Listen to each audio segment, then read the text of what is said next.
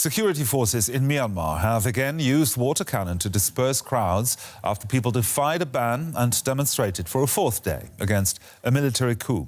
Some reports also suggest police have been firing gunshots into the air. The junta has now imposed a curfew on Yangon and Mandalay. Pro-democracy activists say they will continue to fight.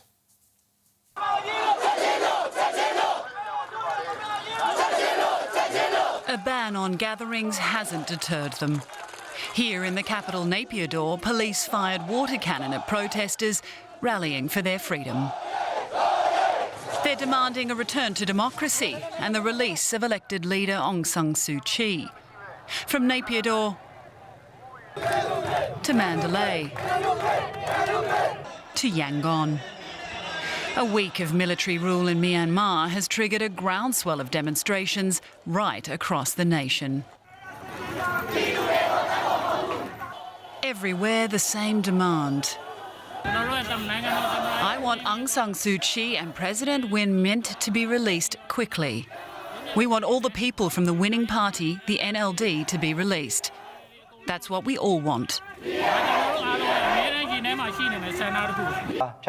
In his first TV address to the nation, the country's new military leader sought to justify the coup, repeating allegations of fraud in last year's election.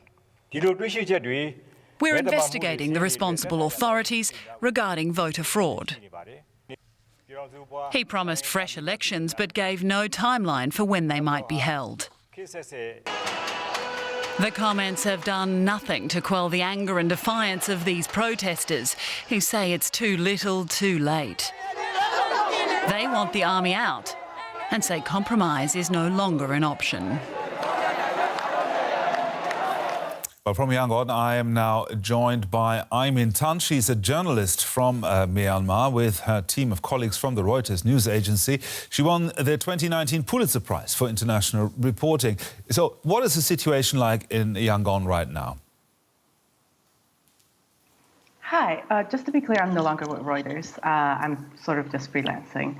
But the situation is much more defiant than it was yesterday. I think if you were looking at the coverage from the protest yesterday, you saw a lot more families, a lot more people really trying to express themselves. I think everyone kind of saw a lot of the really fun sort of protest signs, but today the scenes are much more prepared for violence. I saw a lot of people wearing hard hats today.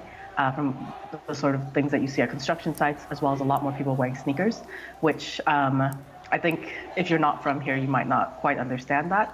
Myanmar is a country where most people are wearing sandals, even in colder areas where they might be wearing a scarf and gloves, but they will still be in sandals. And so it's a significant change.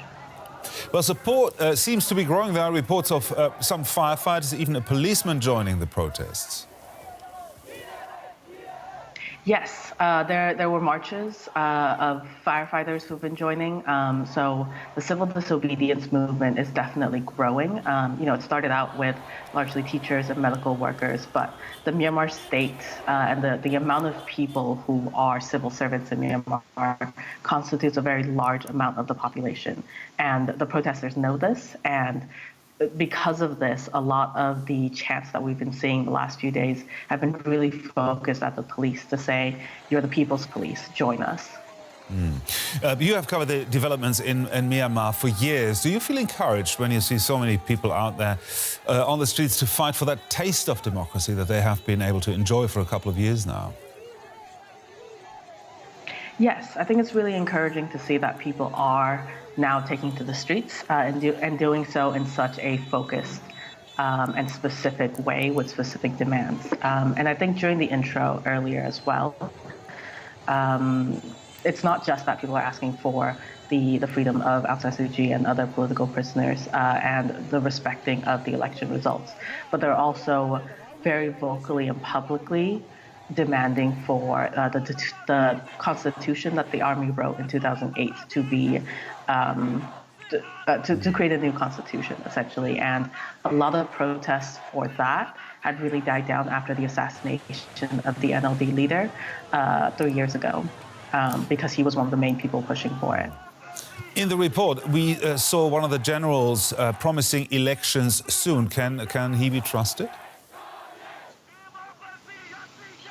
I will say that if you watch any of the Facebook live videos, because they're not allowed to stream since Facebook has banned military outlets from their platform, you will see that almost everyone is reacting with the haha symbol, and most of the comments are accusing him of being a liar. So I think you get a good sense of the people's sentiment from there.